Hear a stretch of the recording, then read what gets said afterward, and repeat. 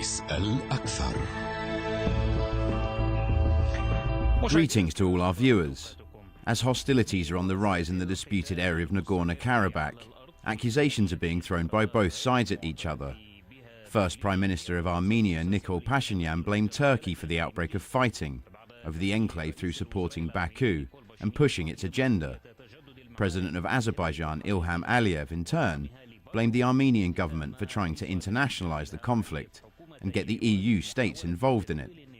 Aliyev said that it is paramount that the conflict stays contained within the borders of Armenia and Azerbaijan. At the same time, Russian President Vladimir Putin expressed readiness to honor all of Russia's obligations to Armenia as its CSTO ally, while noting that the active fighting has not spread to the territory of Armenia. On the other hand, France's Foreign Minister Jean-Yves Le Drian recently announced talks to be held in Geneva and Moscow on Monday as a way to find a solution to the situation.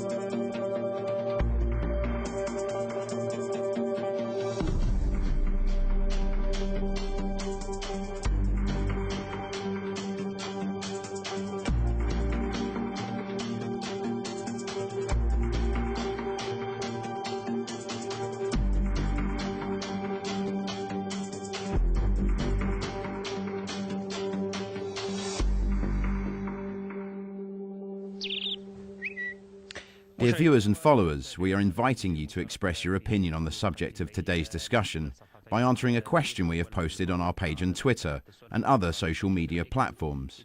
You can see the question now on screen, and what we are asking is, do you think that Turkey is being rightfully accused of sending mercenaries to Karabakh?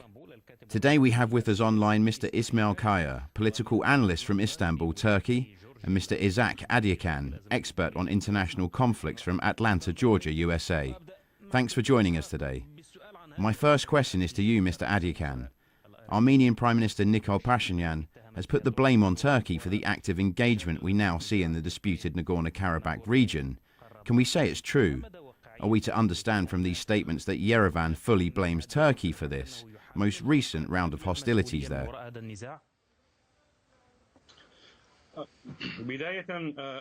First of all, this issue was raised not only by Armenia, but by the international community. In particular, both France and Syria said the same.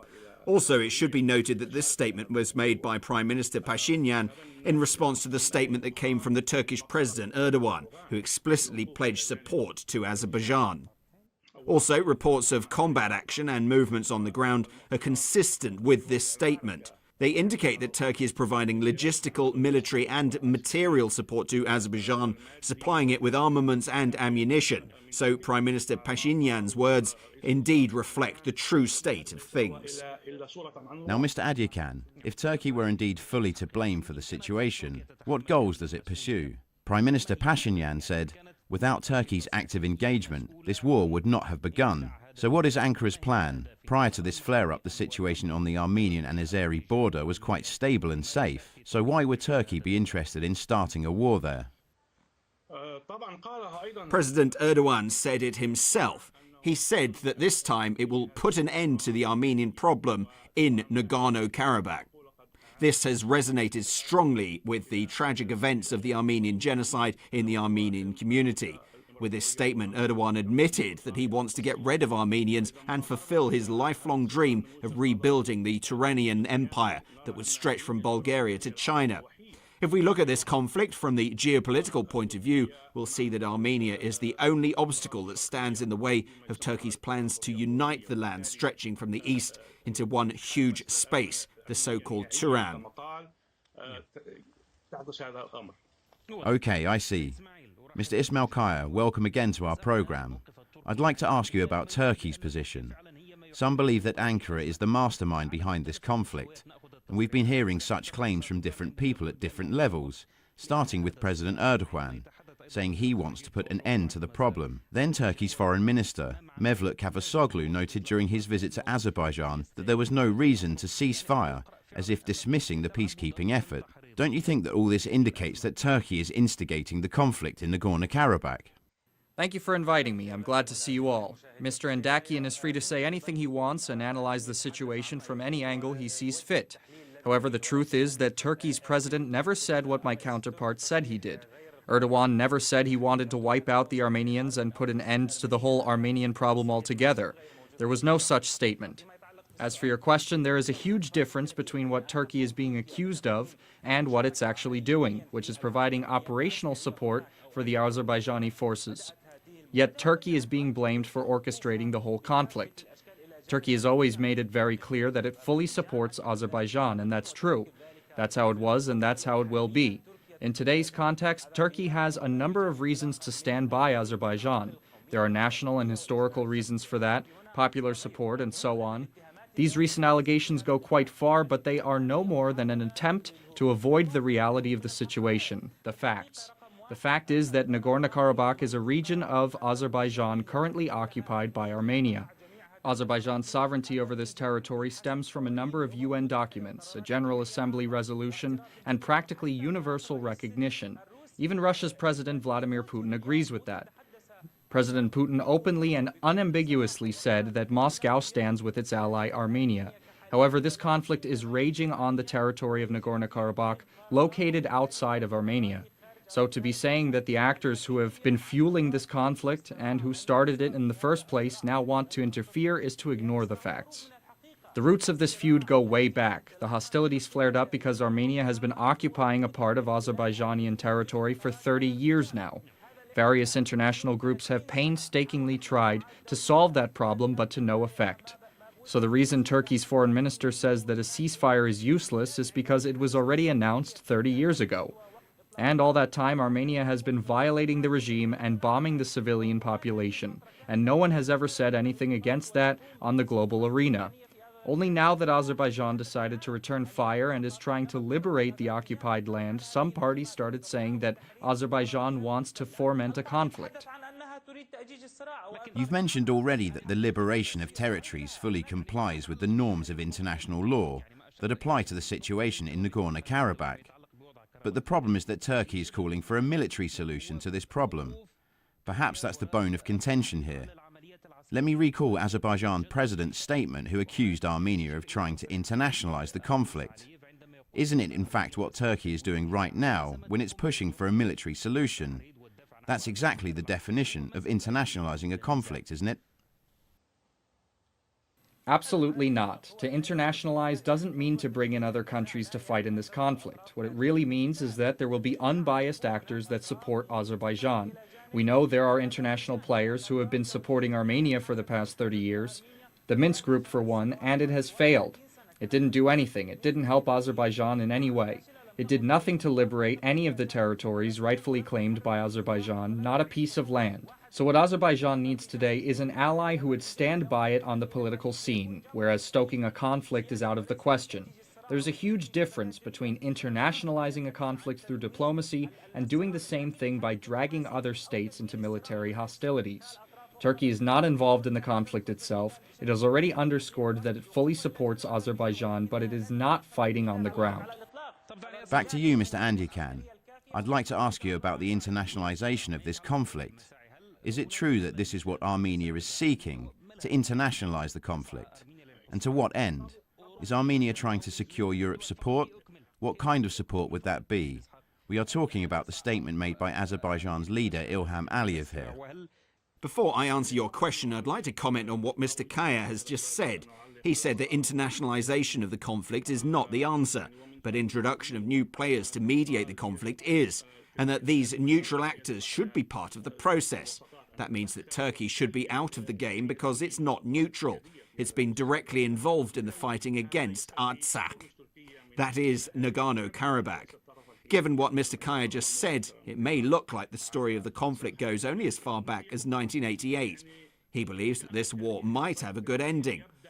But if we really want to go back to historical roots of the dispute over Artsakh or Nagorno-Karabakh, we should go all the way back to 1921, when Joseph Stalin took this land away from Armenia and gave it to Azerbaijan to achieve his political goals.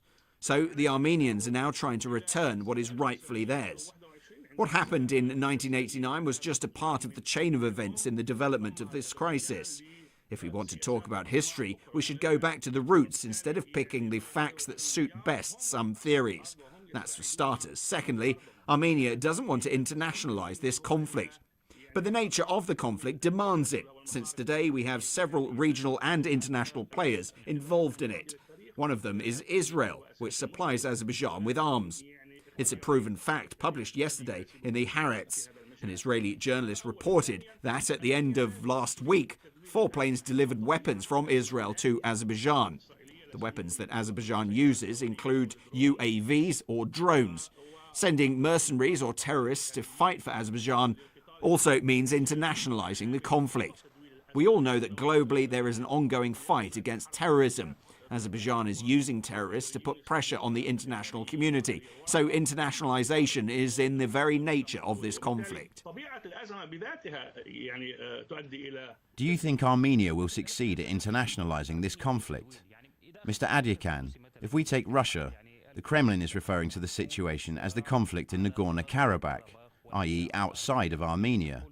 At the same time, Armenia wants to get support from the international community and claims that it's being shelled by Azerbaijan. Would you say that what we heard from the Kremlin today could mean a rebuttal of Armenia's allegations?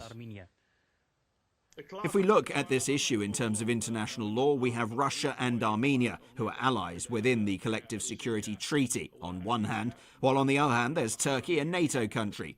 Both of these international treaties have provisions ensuring the security of a member state in the face of an attack. Armenia, per se, will probably not come under attack. This would only happen if a Turkish F-16 fighter jet or an Armenian Sukhoi jet is downed over Armenian territory. That would be considered a violation of Armenia's sovereignty and a reason to implement the CST provisions. It all boils down to intentions and political will. It's obvious that Russia has decided to wait and see. It has no intention of getting involved in this conflict until the situation is completely out of control or new circumstances arise. My next question is for Mr. Kaya, and it's about regional actors and neighbours. Let's talk about Iran. One of the Supreme Leader's advisors compared Turkey to Israel and said that Turkey was adding fuel to the fire of this conflict. So the question is, what does Ankara think about Iran's take on the issue? First of all, the issue of internationalizing the conflict is a complex one. Your guest doesn't want to say that all his hopes and dreams revolve around Russia's potential military involvement in this conflict, the way it happened in Syria. But the situation is completely different here. Any attempts to achieve it were to no avail. Turkey was accused of downing Armenian planes, but it's a completely false allegation, which has nothing to do with reality. It was Armenia who fired at targets on Azerbaijani soil to provoke Azerbaijan into responding. But Armenia has failed. Up until now, Azerbaijan hasn't shelled Armenia even once. Azerbaijan has only been shelling the Nagorno-Karabakh areas occupied by Armenia. Today, Mr. Putin made a statement to crush all Armenia's hopes. He said that the situation in Nagorno-Karabakh was not a sufficient reason for Russia to get involved in this conflict because it's not part of Armenia's territory. And that's true. All this talk about internationalizing the conflict has nothing to do with the diplomatic resolution, since Armenia would really like to see Russian military intervention in Nagorno-Karabakh. But as Mr. Putin said today, that's not going to happen. As for Iran's stance, it's not always consistent. Nevertheless, today an advisor to the supreme leader of Iran, Ali Akbar Hashemi, if I'm not mistaken, said that Iran believes Armenia's occupation of Nagorno-Karabakh was similar to Israel occupying the Palestinian territory. Iran's official position is that Nagorno-Karabakh is part of Azerbaijan. Iran has its own considerable interests in Azerbaijan despite the existing misconception that Iran is fully on Armenia's side. On the contrary, Iran and Azerbaijan have good relations now. Both countries have their own goals. Yes, they disagree on certain issues, but at this point, Iran is definitely not supporting Armenia. We will probably see some developments in terms of decision-making and cooperation between Iran, Russia, and other players, but it would be absolutely wrong to say that Russia, Iran, and the international community are all supporting Armenia. The entire international community agrees that Armenia is occupying a part of Azerbaijani territory. That's the point.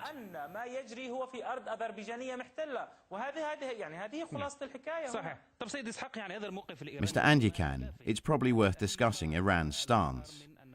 Does Armenia see any changes in Iran's stance, considering the recent statement by advisor to the Supreme Leader Ali Akbar Valiati, who likened Armenia's presence on Azerbaijani soil to Israel occupying Palestinian territory? What does Armenia make of this statement from Iran, that for decades has been considered a friendly nation?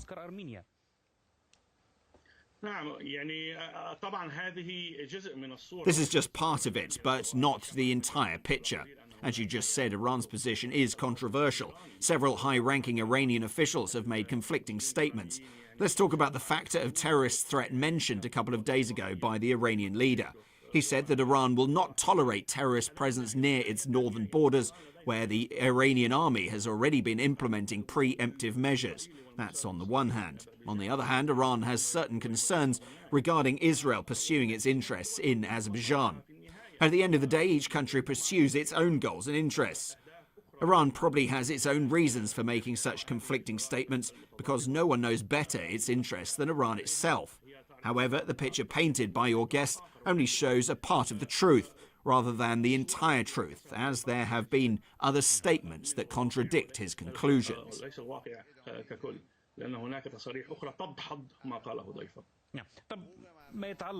Mr. Kaya, Azerbaijan's President Ilham Aliyev was talking about the Minsk Group and that other countries could perhaps participate in the crisis resolution process. Do you think he meant Turkey? Of course, Azerbaijan wants Turkey to play its role. Turkey has important historic ties with Azerbaijan and a strong experience in resolving crises in the region. Azerbaijan wants to have a powerful ally to support it and take its side in international organizations. It's perfectly fine for Azerbaijan to want some allies who would support its position and defend its rights. In recent years, Azerbaijan has been constrained, whereas the Armenian lobby has been operating across the globe and pressuring other countries. It was Azerbaijan that had suffered from the Khojaly massacre, where 650 civilians were murdered. And even to this day, there are nearly 750,000 displaced persons who were forced to flee Karabakh. Despite all this suffering and endless violations by Armenia, the voice of the Armenian lobby sounds louder on the global scene, and some countries keep ignoring the rights of Azerbaijan in pursuit of their own goals and interests. That's why today Azerbaijan has the right to demand that Turkey take its side in international organizations, and it really needs. Azerbaijan has been suffering from occupation for the last 30 years. But considering that France is a member of this group, can you imagine Turkey playing a role in the Minsk Group, considering that France is also a member, and it blames Turkey for sending terrorists from Syria to Karabakh to fight on the side of Azerbaijan? Is it possible for Turkey to be in this group together with France?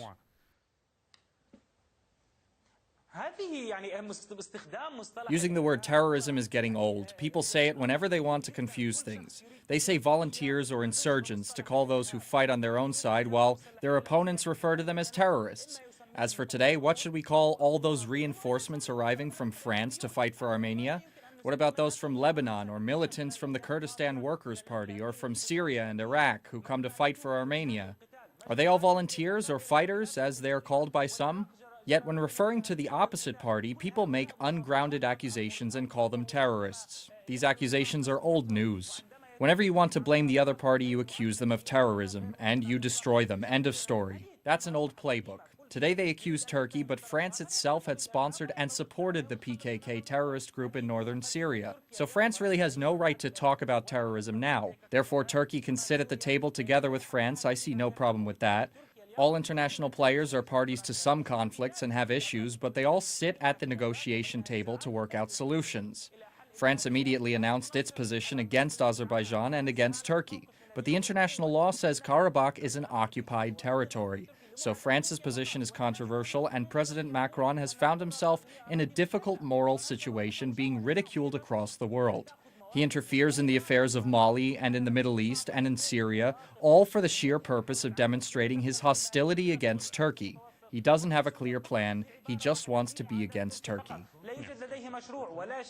Mr. Andakian, let's go back to talks in Moscow and Geneva. Could these talks be fruitful while both conflicting sides continue standing their ground? To answer your question, I'd like to go over the main points made by my opponent.